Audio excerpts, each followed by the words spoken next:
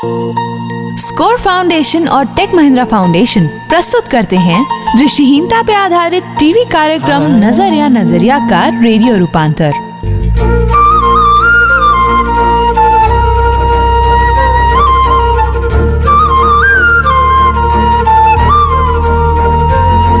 एक नई सोच को मिलके सोचे जरा, बस बदलना है जो बोलो होगा वो क्या।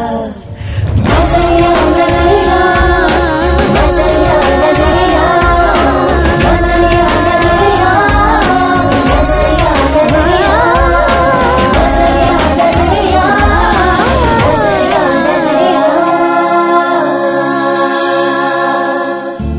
रोटी, कपड़ा और मकान इंसान की इन तीन बुनियादी जरूरतों को पूरा करने के लिए चाहिए काम। जैसे ही बच्चा थोड़ा बड़ा होता है, हम उससे पूछने लगते हैं, बेटे बड़े होकर क्या बनोगे? और कोई बच्चा ये नहीं कहता कुछ नहीं। अपनी समझ से कोई गुब्बारे वाला बनना चाहता है, कोई टीचर, कोई पायलट।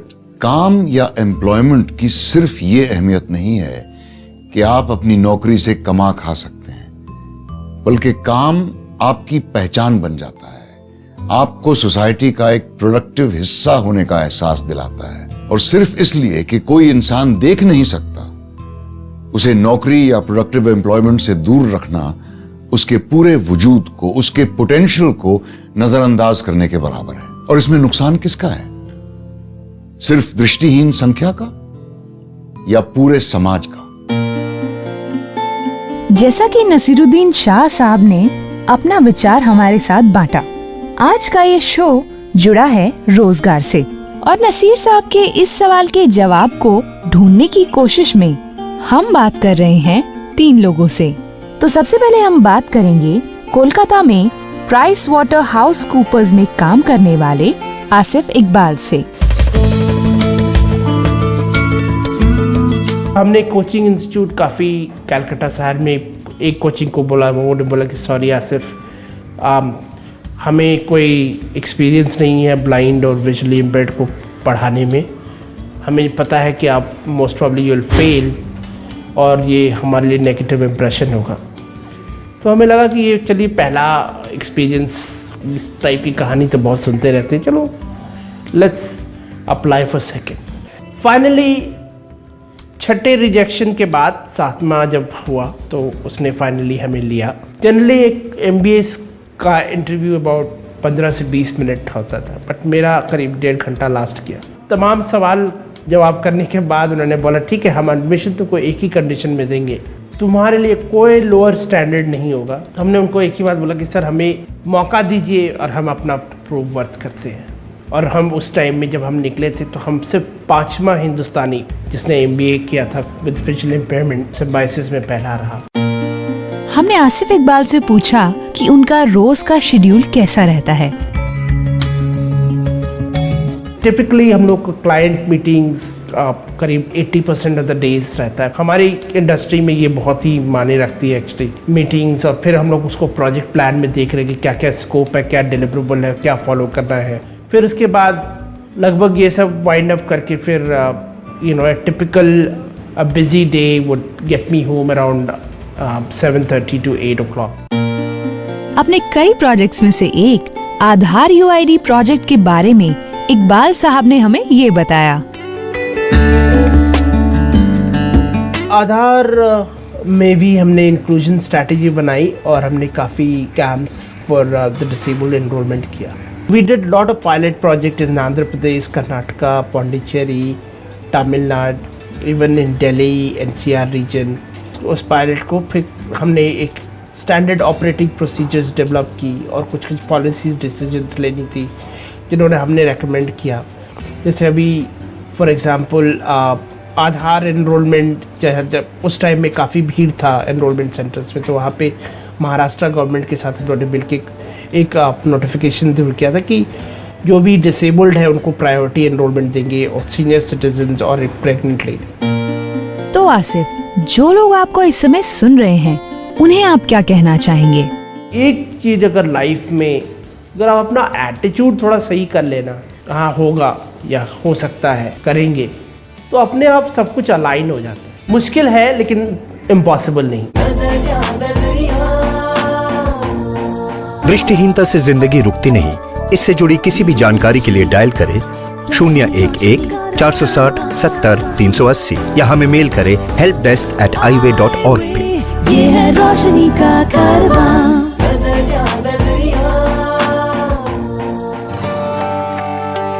अब आपको लिए चलते हैं गुवाहाटी और जानते हैं गौतम बरुआ से उनके बिजनेस के बारे में। 1998 में मेरे डैडी का कैंसर हुआ, तो उससे मेरे ऊपर घर का थोड़ा जिम्मेदारी आ गया। तो मेरे को पीसीओ के ऊपर काफ़ी जोर देना पड़ा, क्योंकि उसी में मेरे को बैठना पड़ा।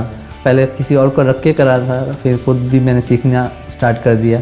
पीसीओ के साथ ही मैं मोबाइल भी स्टार्ट कर दिया था, mobile recharge, mobile set, DTH, धीरे धीरे स्टेप बाय स्टेप करते जा रहा हूँ। भाई, बिजनेस को चलाने के लिए सबसे ज्यादा इम्पोर्टेंट क्या है? मेरा ख्याल है कस्टमर्स को संभालना और चीजों को सिस्टम से रखना। एक ब्लाइंड आदमी कभी कुछ करने जाता है तो कई रुकावट आ जाता है, क्योंकि हर चीज़ नहीं करने दिया जाता है ना। मैंने किसी से नहीं सीखा है, जो भी कमी होता है उसको मैं दूर करने का कोशिश करता हूँ। वैरायटी कार्ड्स होता है, तो उसको कार्ड को रखने का तरीका मेरे को पहले खुद अपने आप निकालना पड़ा, क्योंकि उसमें मैं कार्ड अलग अलग डब्बे में मैं रखता था, रबर बैंड बांध करके उसमें ब्रेल लिपि से मैं लिख के पिन अप करके रखता था।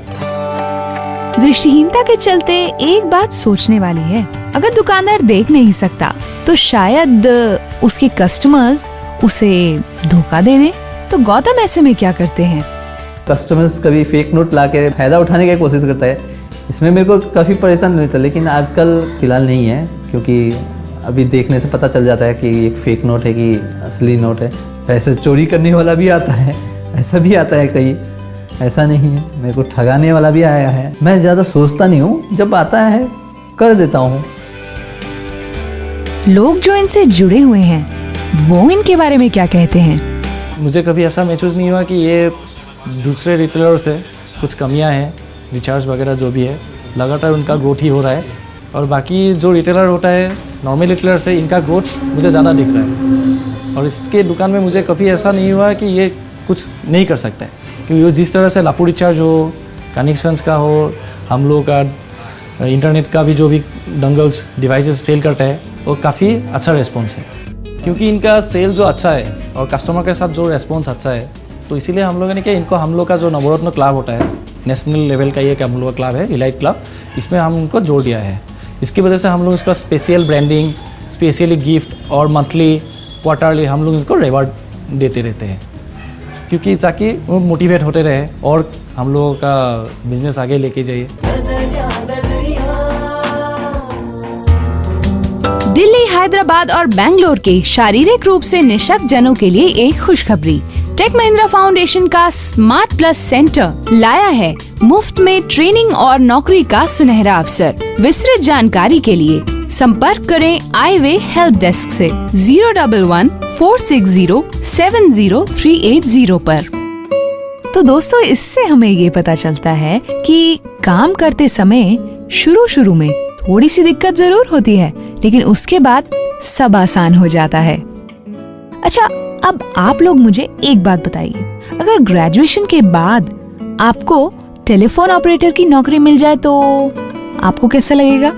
शायद बिल्कुल वैसा ही जैसा कि मुंबई की नफीसा बुहारी वाला को लगा था।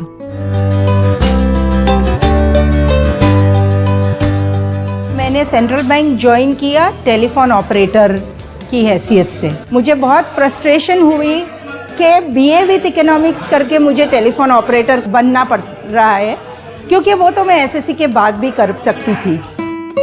तो क्या इसे अपना नसीब समझकर नफीसा संतुष्ट हो गईं? हेलो, टेलीफोन ऑपरेटर करते करते मुझे लग रहा था कि कुछ और करना चाहिए, और मैंने तभी बैंकिंग की एग्ज़ाम्स दी, जो इंडियन इंस्टीट्यूट ऑफ बैंकर्स की एग्ज़ाम्स होती है वो दी, और हमारी जो इंटरनल प्रमोशन टेस्ट है वो दी। मैंने फर्स्ट अटेम्प्ट में ये टेस्ट पास किया तभी मैनेजमेंट को लगा कि हाँ ये कुछ तो भी कर सकेगी। थैंक्स टू माय मैनेजमेंट कि उन्होंने सब रूल्स ब्रेक किए। सो मैं शुरू से फॉरेन एक्सचेंज डिपार्टमेंट के साथ जुड़ी हूँ। तभी वहाँ मुझे काम दिया गया what is called forward contract. 2012 में और एक प्रमोशन मिला और मुझे चीफ मैनेजर का पोस्ट मिला और तभी से मैं foreign exchange department Mumbai main office को हेड कर रही हूँ। करस्पॉन्डेंस करना, हमारा जो हेड ऑफिस में इंटरनेशनल डिवीजन है which is the head of all the branches which deal in foreign exchange, उनके साथ कोऑर्डिनेट करना, आरबीआई के साथ कोऑर्डिनेट करना, ईमेल्स आंसर करना, ये सभी मेरे पोर्टफोलियो में आता है। मैनेजर का ओहदा एक हेड ऑफिस को हेड करना सुनकर बहुत अच्छा लगता है, पर इसे बखूबी से निभा पाना एक अलग बात है। तो नफीसा के साथ जो काम करते हैं उन्हीं से जान लेते हैं कि उनका अपनी इस मैनेजर के बारे में क्या कहना है। जब मुझे कोई प्रॉब्लम होती है कि कोई ट्रांजैक्शन करना है और मुझे पता नहीं है कैसे करना है, तो वो इमीडिएट मुझे हेल्प करती है, बोल के ये स्टेप्स है, स्टेप 1 स्टेप 2 स्टेप 3 कैसे करना है। और अगर और भी ज़्यादा डाउट है तो वो मेरे प्लेस में आती है और मुझे बताती है कि आपको ये क्लिक करना है पहले, फिर आपको नेक्स्ट दूसरे जो मॉड्यूल है वो क्लिक करना है करके। तो इवन इफ उनको दिख नहीं रहा है लेकिन उनको पता है पूरा स्टेप्स की काम का कैसे करना है, स्टेप वाइज, और कहाँ पे एंड करना है, पूरा डिटेल्स पता होता है। जो कॉम्प्लिकेटेड सब्जेक्ट है फॉरेन एक्सचेंज, एंड उसी सब्जेक्ट को डील करते हैं, एंड उनके साथ जो टीम है उनको गाइड भी करती हैं। उनका कॉन्फिडेंस लेवल बहुत अच्छा है। इंसान देख नहीं सकता तो उसमें नौकरी करने की, जिम्मेदार ओहदा संभालने की क्षमता नहीं है। इस सोच के पीछे दूसरे की नजर की कमी नहीं, हमारे नजरिए की तंगी छुपी है। किसी भी नौकरी के लिए जरूरी है कि आप पहले कैंडिडेट की योग्यता, क्वालिफिकेशंस और कमिटमेंट को पहचानें। अगर वो उन पे खरा उतरता है या उतरती है तो वो नौकरी उसका हक है।